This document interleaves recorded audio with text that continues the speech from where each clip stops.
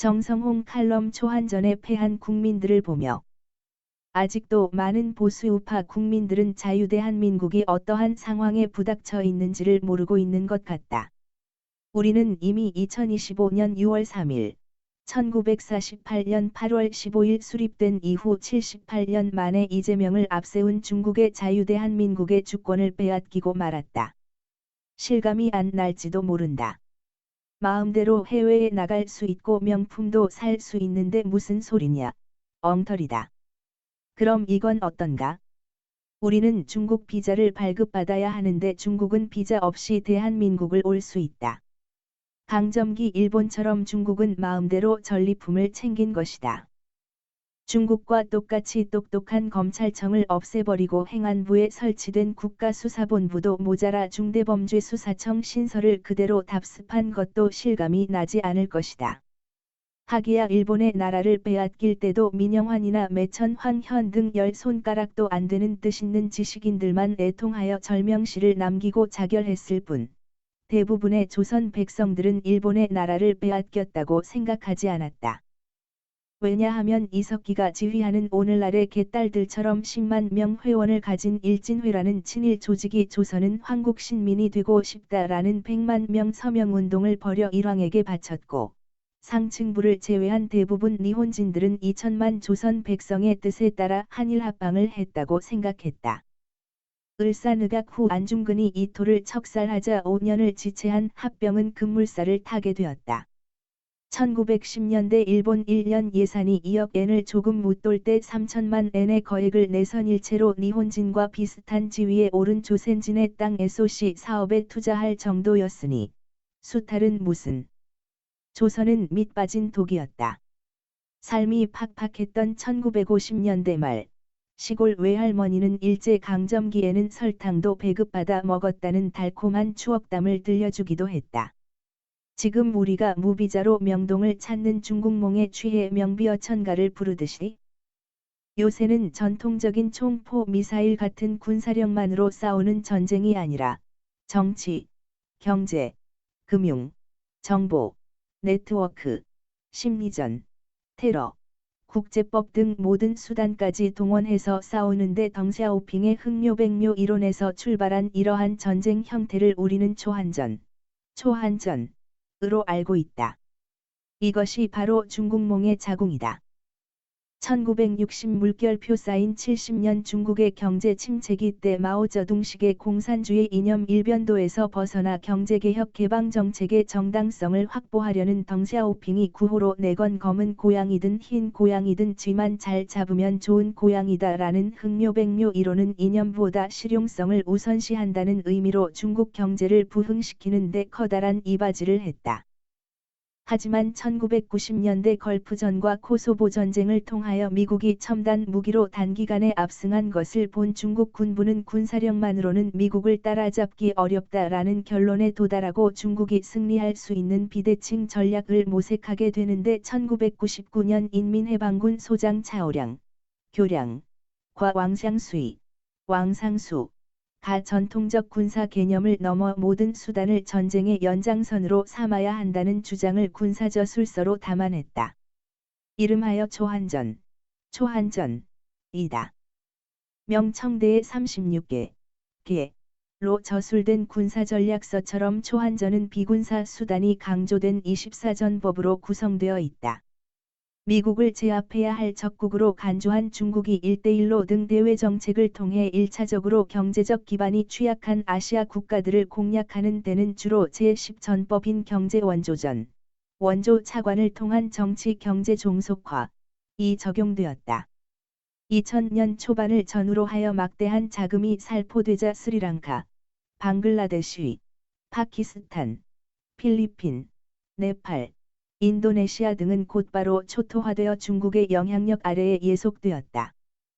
그러나 선진국으로 진입한 대한민국에는 그것만으로는 부족하였다. 36개에서 36번째인 도망치는 것이 상수이듯 초한전에서도 마지막에 있는 24전법인 복합전이 최고수의 전법으로 중국은 앞에 늘어서 있는 23전법을 통틀어 대한민국 함락의 비밀병기로 사용한다. 그러니까 2013년부터 대한민국 접수를 위한 본격적인 복합전이 실행에 옮겨진다. 가장 매력을 끄는 것은 자금전이었다. 경제성장으로 축적된 수십조 달러에 달하는 엄청난 자금은 오직 중국 공산당, CCP,만이 관리한다.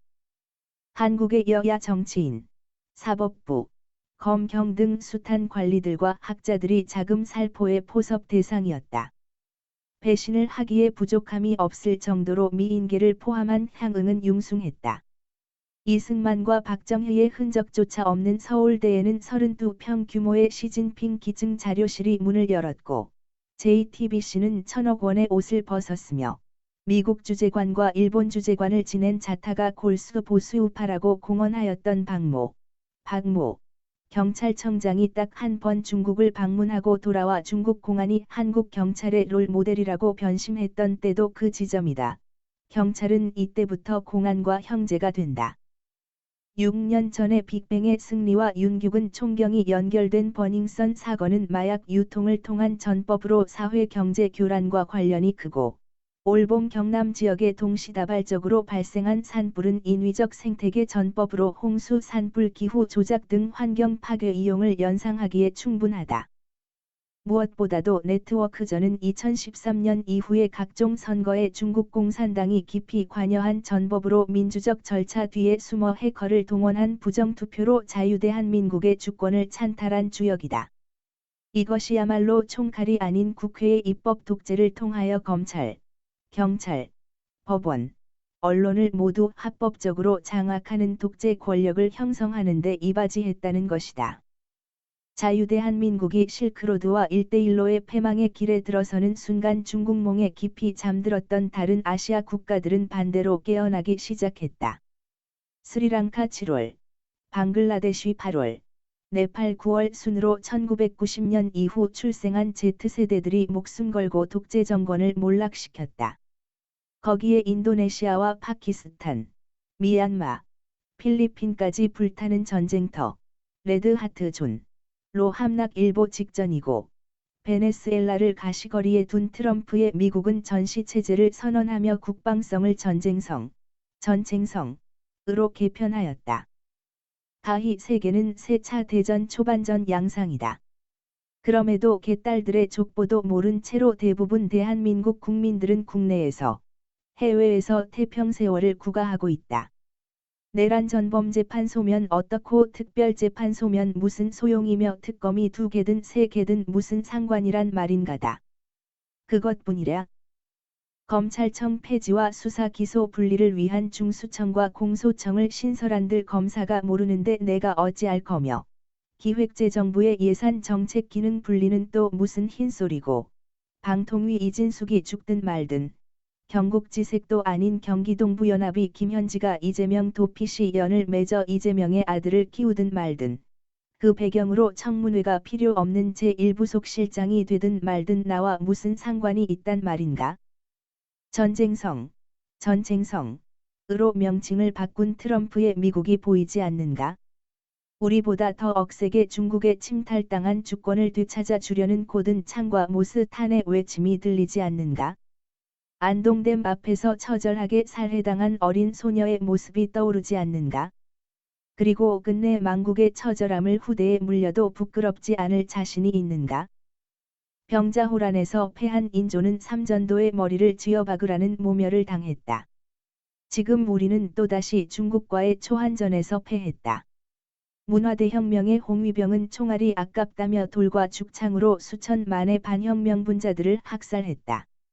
우리도 500만은 없어져야 한다고 저들은 말했다.